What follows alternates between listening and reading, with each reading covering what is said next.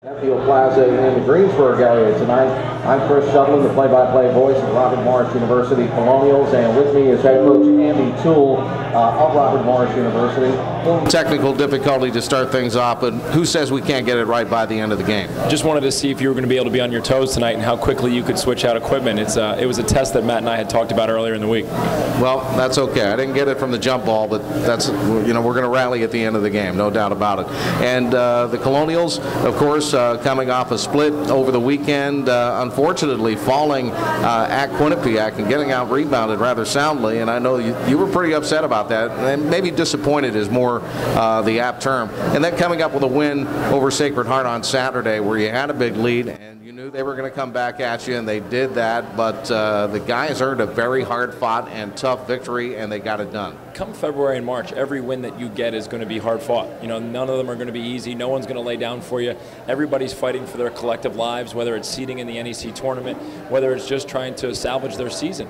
Everybody is doing everything they can to be successful, and so, you know, we've our last three games in a row, actually, we've built big leads, hung on in two of them, unfortunately lost in the third to Quinnipiac, but you know, it's something we have to get better at. We have to get better at managing our leads, continue to have urgency and focus that's necessary for the full 40 minutes so that we don't miss any opportunities that might be there in front of us. And Thursday, like you said, I was a little bit disappointed. I thought we had an opportunity to win the game. We weren't able to pull it out, but I was very happy with the way we bounced back and how we performed on Saturday. Well, let's go back and talk about the Quinnipiac game first of all. It was just a loss by a few points on Thursday night on the road in a pretty tough place to play. It's always been a tough place to play for Robert Morris. Fortunately, I believe some of the great moments of Robert Morris basketball have taken place on that floor. It just wasn't going to get done last Thursday night. And there was a really difficult rebounding edge for you to swallow in particular, and that's the number that really jumped off the page on the stat sheet at the end of the game. Yeah, the rebounding margin was just too much for us to overcome. We did a very good job in the first half, I think, of rebounding the basketball. We only gave them 6 offensive rebounds in the first half. We had 5. We were right there neck and neck with them in terms of rebound, and then in the second half they just exploded and went off and had 13 offensive rebounds in the second half. They ended up out-rebounding us by 20, which is pretty embarrassing, to be completely honest, that you get out-rebounded by that much. And still, with all that being said and done, we had a 2-point lead with about 3 minutes and 50 seconds to go in the game. There was a 3-minute scoreless drought in that game where we really should have seized control of the game and maybe built a 1 or 2 possession lead. And then with 1:13, they were able to score and get fouled and eventually take the lead in that game. And you know, that's why I was so disappointed the way that we started the game, building a great lead. Even building a lead in the second half, we went down about 5 and we came back and took the lead by 2, had an opportunity to make it 4 on a number of occasions, couldn't convert on those occasions. And when we looked at it possession by possession on Friday with our guys, you know, I think they felt the disappointment as well. And then once we obviously found out that Brian had also lost that night, it was just another kind of irritating feeling that we had, knowing that we could have taken sole possession of first place after Thursday. Well, that's the thing. You could have taken sole possession of first place. And fortunately, you were able to jump into first place on Saturday with the win at Sacred Heart. But again, let's stick with the Quinnipiac game. You had mentioned the disappointment in being out-rebounded as badly as you were, but that is one of the better rebounding teams in all the NCAA. They're the best. You know, they absolutely are. In conference play, they're out-rebounding their opponents by over 14 rebounds per game. You know, every time you face a Quinnipiac team, your biggest concern is going to be on the backboard. It's almost as if you have to do so much to defend them and slow them down, and then the real game begins when the shot goes up. And if you can't at least keep it close on the backboard, you're not going to have a chance to beat them. And as badly as we were out-rebounded, we still end up losing the game by 2 points. And every single time they got another opportunity to score, it just made it more difficult for us to get over the hump. And, you know, it's disappointing from a standpoint because as coaches, it's something you talk about all the time. It's something that you go over on Scout. The edit is just littered with the number of offensive rebounds they have. You know, they have 4 or 5 guys that can go and get double-digit rebounds on any night, and so every one of their clip tapes has, you know, numerous offensive rebounds and putbacks and different things like that. And you know, to win on the road, you got to be extremely detailed. You got to take care of the basketball, and you got to rebound the basketball. And we've talked in the past about how if one of those 3 pieces of the equation is not involved, it's going to be hard to win. And rebounding definitely wasn't there on Thursday. It always seems that somebody is going to get hot towards the end of a game, too, and that somebody was Evan Conti of Quinnipiac. He might have been an unlikely hero in that game, but truly he was a hero hitting some long shots.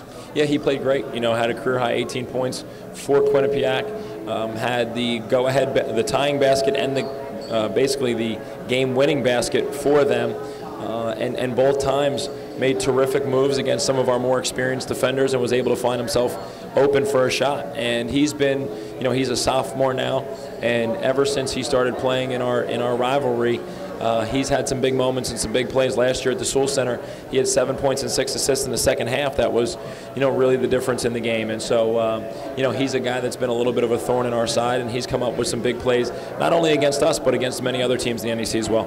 You're listening to the Andy Toole Show. We are live tonight from Buffalo Wild Wings in the brand new Buffalo Wild Wings in Hempfield Plaza of Route 30 in Greensburg. I'm Chris Shovlin, the play-by-play voice of the Robert Morris Colonials. Andy Toole and I are here at Buffalo Wild Wings tonight. And again, if you're listening, no matter where you're listening in from, you can tweet a question to Coach Toole via Twitter.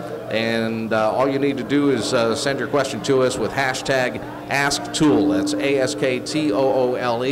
That's the hashtag AskToole. ASKTOOLE. No matter where you're listening in from, you can slip us a question and we'll get Andy to answer your question here tonight. Coach Toole, let's drop back and talk about something I had mentioned earlier, and that is on that floor at Quinnipiac, there were some absolutely magical moments for Robert Morris basketball over the last couple of years. One, of course, when the Colonials actually won the Northeast Conference Championship outright. Another one, when you were propelled into the Northeast Conference Championship game as you took over as head coach, and a big semifinal win there, and almost identical games coming down to great defensive plays and, of course, late shots in the game to win it for Robert Morris. And, you know, I know that you have great memories going to that building, and I know I do too. Yeah, I mean, the first year that we went up there and played in the championship, and I was an assistant coach at the time, it was one of the prouder moments for me as a coach, just from a perspective of how well our team played together. And it was an incredible atmosphere. There was 4,000 people in the building. They all had gold shirts on.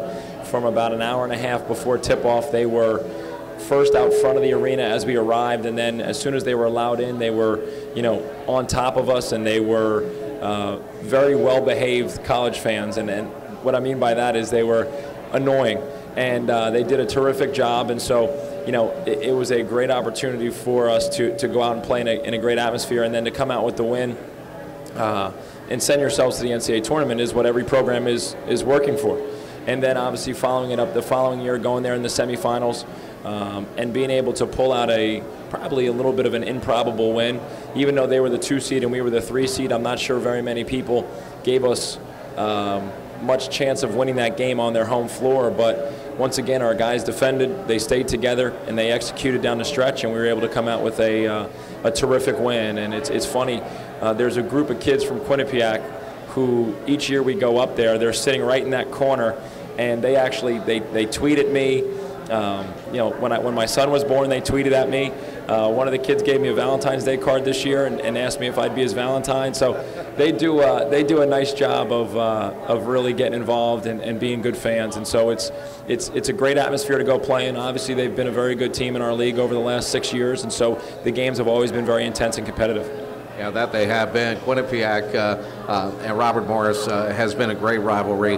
And unfortunately, it's going to be coming to an end because Quinnipiac is moving out of the Northeast Conference, and we may not be back in that building for quite some time. We may not. And I think if we call Coach Moore and ask him to start a series in Pittsburgh, he might not want to come either. So, you know, they have a great facility and they have a lot of things, and it'll be you know, it'll be interesting to see how they fare in the MAC, and we will miss them in the Northeast Conference because they've been one of our, you know, stronger programs over my time in the Northeast Conference, and we'd love to have them, you know, have been a part of the Northeast Conference going forward. But I assume they made the choice that they feel is best for them.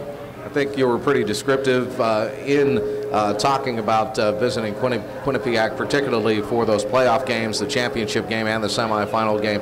What are some of the other tough buildings that you've been in, not only as a coach but a player as well, when it seems like everybody in the building just hate you, and they want you to fail because they're cheering for their home team, and it's a positive thing.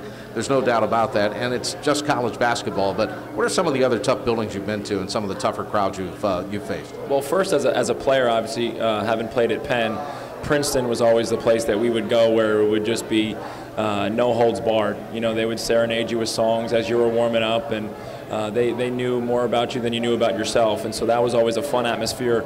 You know, as a player, I always enjoyed playing in those kinds of places. You know, as sad as it is, I enjoyed being booed as much as we enjoyed being cheered, and I think, you know, most athletes are like that. And so Princeton was the place for us as players that, you know, they really did a great job of trying to uncover every blemish and skeleton in your closet and try and expose it during the game. But as a coach, you know, some of the places that have been great within our league, obviously Quinnipiac's one of them. Mount St. Mary's and Knott Arena, we've had some great battles down there. You know, they get a great turnout from their town, from Emmitsburg, and their students are terrific, and their students are right on top of you. And we had I remember my first year here when we went down there with Tony Lee and A.J. Jackson. We had an incredibly intense game and a great atmosphere, and and it felt like every time you moved, someone was right on your neck, and you know, those are games that you remember, and those are games that are fun. Some other places we've been on the road, you know, Xavier's been a great place for us. Our trip to Arizona was pretty amazing with the way that they get their turnout and how they are so engaged in the game. There's a lot of really good buildings out there and a lot of really good fans out there. How much of it do you hear, and how much of it maybe affects your thought process while you're involved in a game, coaching a game? When I was a player, I heard more of it. When I coach, I don't really pay attention to much of it. You know, when I first started playing college basketball, you know, and kids would, you know, they would be screaming at me, "Is this past your bedtime?" And, you know, all the looking young jokes that they would come up with. And obviously with my last name being Toole, you know, Toole, you're a tool was probably said about 20 times per game.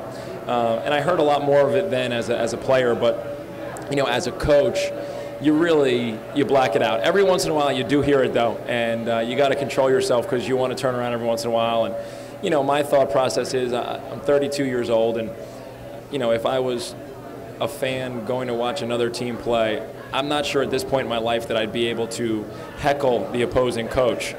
But, you know, you get some 40 and 50-year-old men that are, you know, season ticket holders at places, and they get on you just like the kids do. And, you know, every once in a while you want to turn around and say, don't you have something better to do than heckle me? But you got to really, you know, you're trying to be mature, I guess, and worry about what's important, and that's what's going on the floor. Has there ever been a comment that was directed toward you or toward your club that you just flat out burst into laughter? You know what, I can't think going off the top of my head. Every once in a while the guys will ask me on the bus, did you hear when they said this, or did you hear when they said that? But no one's really come up with too much creative stuff for me as a coach. You know, the young thing doesn't really affect anybody, and you know, it hasn't been anything great, but I know they've had some good ones out there. And welcome back to Buffalo Wild Wings here in Greensburg at the Hempfield Plaza just off of Route 30. I'm Chris Shovelin, the play-by-play voice of the Robert Morris University Colonials, and you're listening live to the Andy Toole radio show here tonight on ESPN 970. Let's keep talking about the weekend. Of course, the win on Saturday was a huge one. The Colonials built up a pretty sizable lead early in the ball game, only to see Sacred Heart come back. And, you know, I don't know how many times we've seen that happen, but there are no blowouts in our league at all. Just when you think there's one right around the corner, all of a sudden somebody gets hot, tail end of the ball game. It makes it close, it makes you nervous, and you had a fight to get a win. I wish we wouldn't see it as often as we do, to be completely honest with you. But you know, we understand going into conference games, it's going to come down to one or two possessions usually, and we got to execute down the stretch. And you're going to have to make some free throws. You're going to have to be strong with the ball. You might even have to get a stop or two.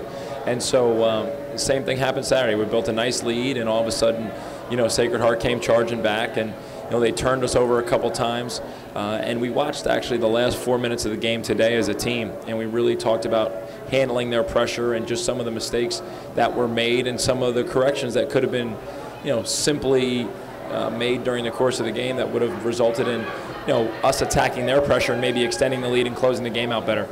But, you know, I told the guys this is stuff that's going to happen when you're talking about playoff basketball. And the last 4 games of your regular season, plus the NEC tournament, I anticipate more games where we're going to have to really execute down the stretch against pressure, make free throws, handle a lead, and close the game out. And so, you know, another way that we can really learn and try and continue to improve even this late in the year. One of the top scorers in the NCAA, 12th leading scorer in the country coming into the weekend is Shane Gibson, star player for Sacred Heart. You were able to shut him down almost completely, and then all of a sudden he gets hot at the tail end of the game and makes some unbelievable unconscious shots. And that's one of the things about him. He's one of those scary guys who you can do a great job on him for 36 minutes, and all of a sudden he goes crazy in 4, and now you're scratching your head and thinking, where did this go wrong? You know, he was 1 for 5 at the half. He had 6 points with maybe 3.5 minutes to go in the game, and he ended up with 17. I mean, he made, you know, an incredibly tough shot on Anthony Myers. He made a terrific athletic drive on split Anthony and Lucky Jones. Made an incredible 3 over the top of Carvel and Anthony. And then, you know, we had a defensive breakdown, and he got open. And so, you know, as we talked about dealing with a player of his caliber, you know, we didn't want to let him have anything easy. And I think we did a really good job of making him earn all 17 of those points. It just would have been nice if we could have held him to maybe 12, and then we could have been able to exhale a little bit easier coming down the stretch. The win propelled you into a first-place tie in the Northeast Conference with the Long Island University of Brooklyn Blackbirds, and right now the two of you are a half game ahead of Bryant, and it seemed like in the beginning of the year that everybody was saying, yeah, it's going to be Robert Morris and Long Island again, and then Bryant has sneaked up there with their great start, but you know, they're starting to feel the long season upon them right now, but I wouldn't give up on them so rapidly if I were an NEC fan or a Robert Morris follower. This is going to be a tight one all the way down the wire. Well, I think even if as you look at the chase for the regular season championship, you know, the first 5 teams are separated by about a game and a half. And so, you know, like we talked about 2 weeks ago, one very good weekend or one very poor weekend can drastically change where you are in the standings. And, you know, so LIU, we know, has always been a great, you know, competitor, and Bryant's had a great year, and I think that, you know, they were on the road this weekend, played 2 tough opponents. You know, I anticipate them being, you know, right back on track as soon as possible. You know, Wagner's only about a game and a half out. You know, so there's a lot of teams, and then, you know, Quinnipiac and Sacred Heart are right there as well. And so, you know, like I said, if a team gets hot these last 4 games and a couple teams don't, you could see some real shifting in the standings. And, you know, that's why we really have to be concerned about each and every possession in each and every game we play all the way out here, because we do have the opportunity to control our own destiny if we can perform the way we believe we're capable of. Andy Toole radio show live here at Buffalo Wild Wings in Hempfield, just outside of Greensburg, in the Hempfield Plaza off of Route 30 tonight. Andy, you mentioned controlling your own destiny, and Coach, let's face it, you take care of your own business and you can win that regular season title. Yeah, and I hate to talk about it, so I don't even know if I want to get into it, but we do. You know, it's what it is. It's a fact of, you know, and we should be proud that we put ourselves in this position. You know, I think that you know, if you look at the landscape of college basketball and you would tell a coach or you tell a team with 4 games to go in the year, you'd have the opportunity to control your own destiny to win a regular season championship, I think everybody would take it. And so, you know, we worked hard. We've had some ups and downs during the course of the year, but now as we sit, you know, when we look, and it's nice to have your destiny in your own hands than be relying on others. And so, you know, it's something that we should be proud of, and it's something that we should be very vigilant to trying to meet those expectations and do the things necessary to be regular season champions, because I think that's a very proud accomplishment for any team. You know, you look at, you know, a lot of the, you know, different leagues around the country, and everyone values the tournament championship so much because it gives you that NCAA berth. But when you look at regular season champions, that's consistency. That's a team that is, you know, working hard game in and game out, meeting the different challenges that it faces along the year, sometimes shuffling injuries, sometimes shuffling foul trouble, and maybe not just getting hot for a 3-game run. They've been the most consistent team in their league over their league schedule, and I think that's something that says a lot about your program and about your team. Time for the stretch run as far as the regular season is concerned, and I won't even call them big ball games because every ball game you play is a big one. Fairleigh Dickinson and Monmouth come into the Sewell Center on Thursday and Saturday. Then you go to Central Connecticut State and play at Bryant to finish, or actually Bryant then Central Connecticut State to finish out the season. They reverse those games on our schedule card. But these are 4 huge availabilities for Robert Morris to get the job done, and obviously it starts at home this coming weekend. Yeah, we always talk about trying to take advantage of every opportunity that, you know, is in front of you. And, it starts on Thursday with a Monmouth team that is playing very well. They beat St. Francis of New York, or St. Francis of Brooklyn, I guess I should say, on Saturday. Jesse Steele and Ed Waite, two of their upperclassmen are really playing at a high level, scoring a ton. And we know that they're going to compete. King Rice, in his 2 years there as the head coach, has always had his teams competing, always had them playing with great intensity and passion. And so we know that Thursday night is going to be a huge test. And, nothing else matters after that, because if we don't do what we're supposed to on Thursday night, nothing else will really matter. Andy Toole, the head coach of the Robert Morris Colonials. Again, this coming Thursday, it's Monmouth. This coming Saturday, it's Fairleigh Dickinson. Both those games at the Toole Center. We hope to see you there. Of course, both are 7 o'clock tips. Parking is free. It's a great seat. I think it's the best sports value in Pittsburgh. If you want to come out and see us live in person, we hope to see you then. Of course, the following Thursday, it's going to be at Bryant and at Central Connecticut State to finish out the regular season. And, of course, the Colonials do have destiny in their hands.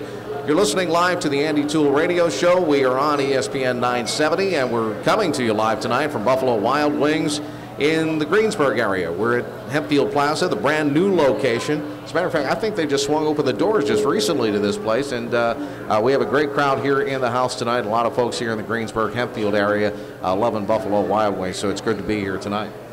Yeah, it's absolutely great to get out and see different people and all the alums and all the people that support Robert Morris basketball. And like you said, I'd love to see them come out to the Toole Center this Thursday and this Saturday and support our guys on the floor. And then hopefully, if we're able to have some home court conference tournament games, we'd love to see you back out for those as well.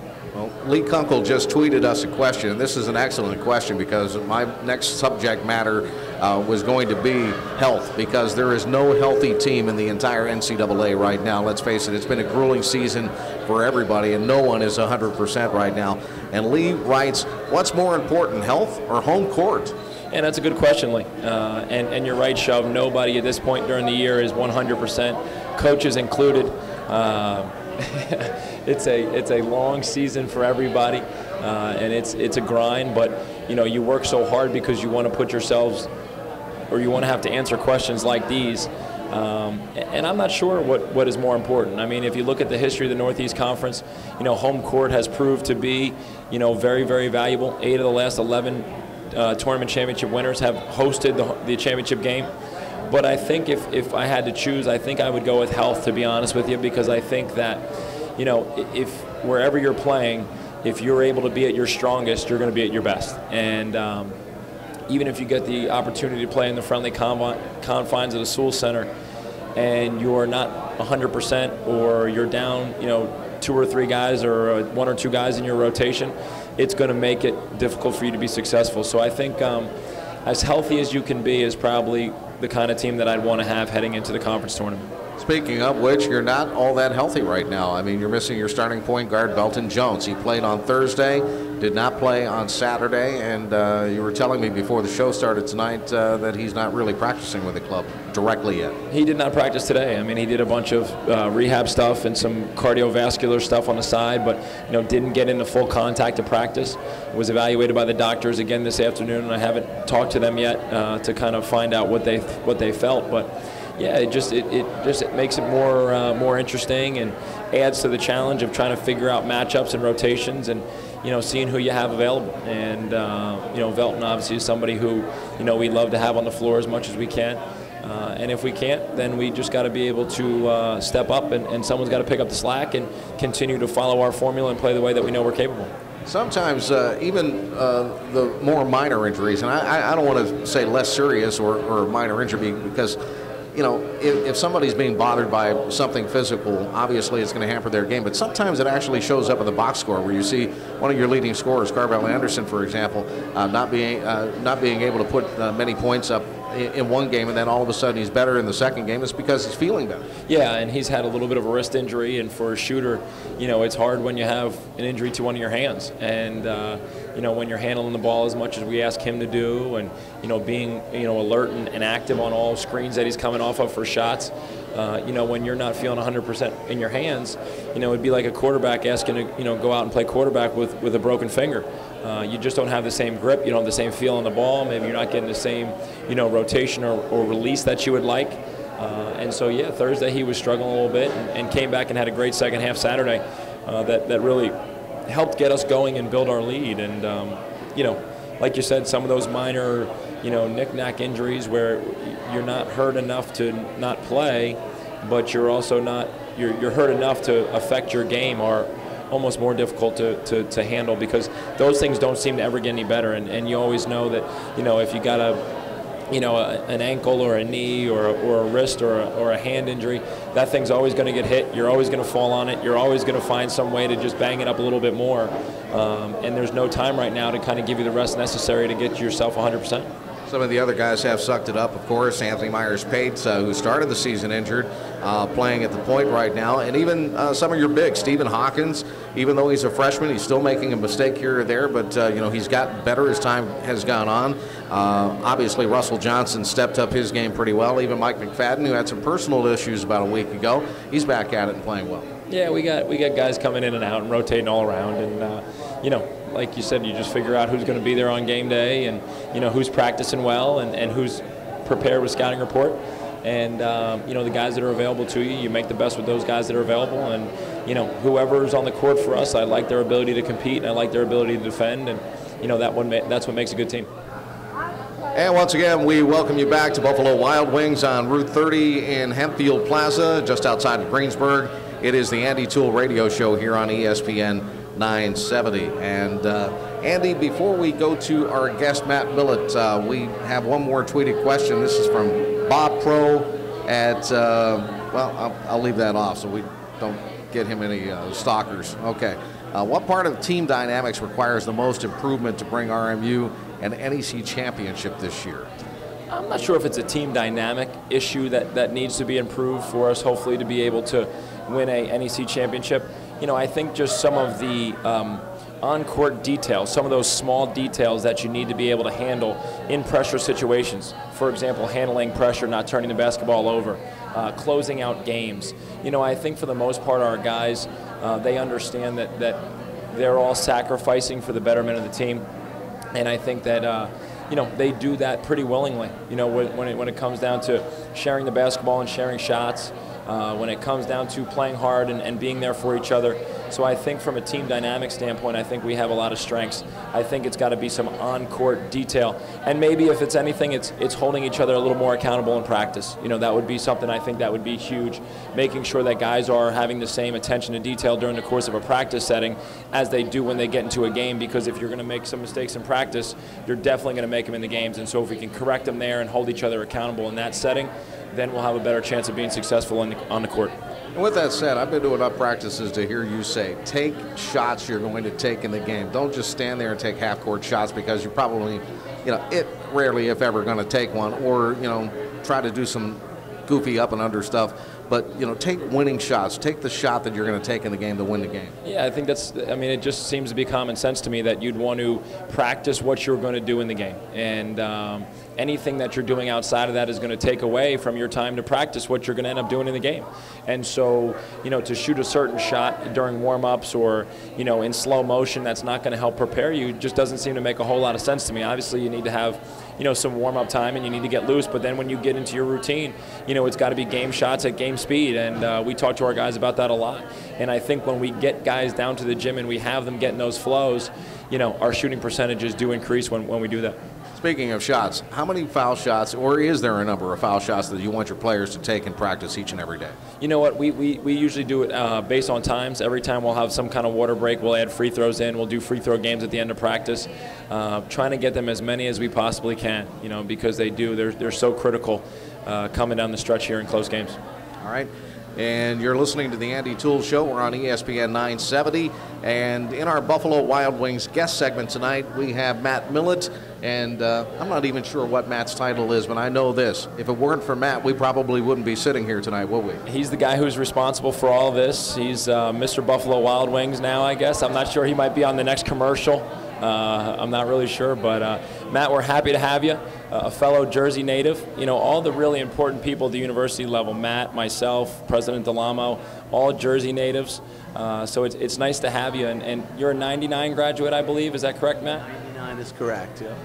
Talk a little bit about the changes you've seen in the 14 years since you left campus and then you returned, and talk about how that helps you, do your job in university fundraising and fundraising for athletics.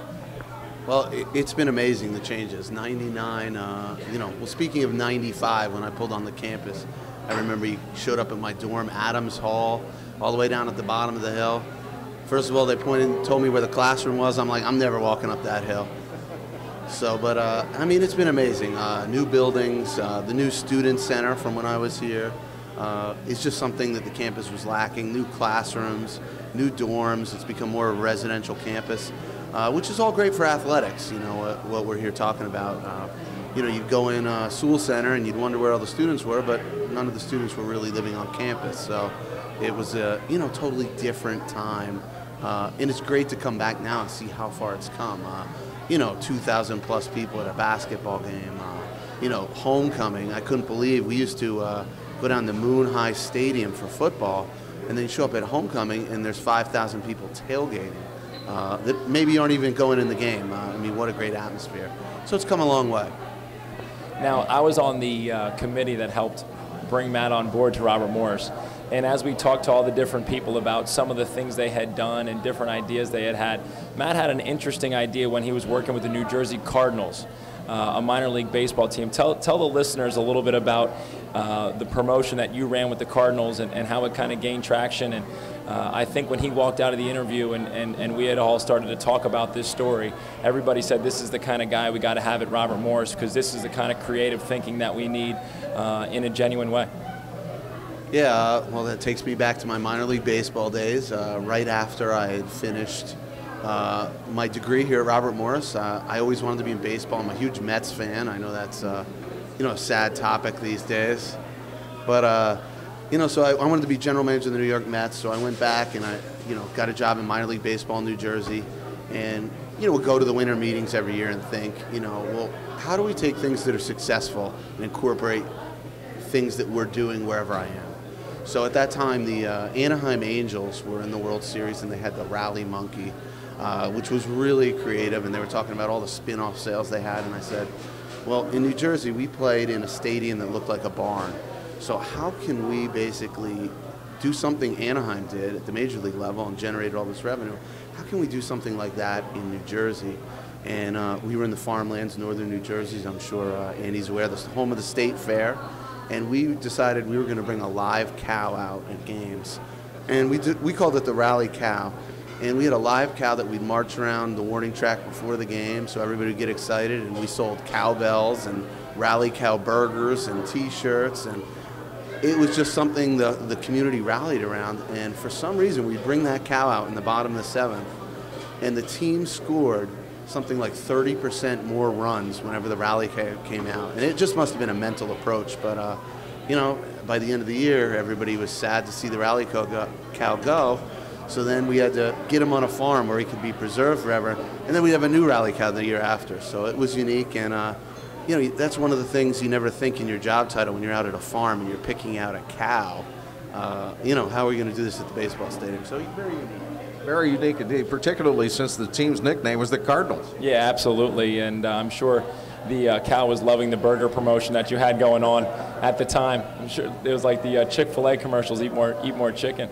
No, and that's great. And Matt, tell us a little bit about, another thing that you've been heavily involved in here with Robert Morris is the 1921 Club, and just some of your in-game promotion and in-game seating area that you've helped create that I think has brought a lot of good things to our games, and it helped our atmosphere. Yeah, one of the things that when I first got here from a previous stint, I said we need some real high-end hospitality. We need something that will basically engage the alum that want to be treated as VIP, they want to give to the program, they want to be involved. So there's nothing better, basically, in my opinion, than being sitting right courtside. You're closer to the action. It's just a totally different experience. Even if you were sitting in seats maybe 3 rows back the year before, you're right up there. You're able to socialize in the end club area. It's just a great feeling. It's been great. We already have a bunch of new members and new boosters to the basketball program. And as Andy said, we've created a great atmosphere right around the court. I mean, you have those people clapping and cheering and rooting on the Colonials. It basically gives you the feel that, you know, people, you know, if you're the visiting team, you have people basically 5 feet away from you, you know, hoping you fail, which is great, you know, in the Toole Center. And literally, Coach, if people were any closer than those seats, they'd have to be wearing a uniform. Yeah, sometimes I actually have to watch some of my commentary, because as I walk down the end of the bench and there's that water cooler where I try and hide sometimes depending on how the team's playing, we have some new fans down there, so I actually have to look engaged and figure out what's going on the court. No doubt about that. Well, Matt, it's been great having you on, and it's been great doing this show, and I know that you've been responsible for this and hopefully bigger and better things down the line, and we appreciate our partnership with Buffalo Wild Wings immensely, too. Okay. Well, thanks for having me, guys, and it's been great, and we hope to obviously continue this show through football and then into hockey, and just try to get RMU out in the community as much as we can. I think there's a great buzz going on athletically, especially with basketball right now. And we have to really get out and tell our story and tell everybody what we're doing up there in Moon Township. All right, great job, Matt. Thank you so much for joining us tonight. Matt Millen, I know you appreciate Matt's efforts too, Coach. I do. He helps our budget. He gets some fanfare going with you know, with what we have going on a daily basis, and I think he's been a great addition to the university. And you know, I always enjoy working with him because I think he's doing things the right way and helping the program for sure. All right. We're coming down to the last minute of the program. Tell me what we have to do to keep this thing going. Robert Morris right now tied for first place, a half game ahead in first place right now with Long Island, tied up with them, and of course Bryant right on your tail. We're going to have to continue to do a lot of the things that help us become successful in the first place. We can't all of a sudden try and reinvent the wheel. We got to continue to improve the things that we are currently good at and continue to work at some of the things that we need to get better at. And I think if we do that, you know, we'll be a very strong team coming down the stretch, and that's what we hope to be, playing our best basketball as we roll into March. And there's the sixth man that becomes a factor at this time of the year, too. You need some fans in the stands Thursday and Saturday. We definitely do, and Thursday and Saturday, especially Saturday night, it's going to be senior night. We'd love to have as many people out there supporting our seniors and supporting our team come against, you know, Thursday night as well as Saturday. All right, that's the Andy Toole Radio Show, live tonight from Buffalo Wild Wings in Greensburg. I'm Chris Shovlin with Coach Toole on ESPN 970.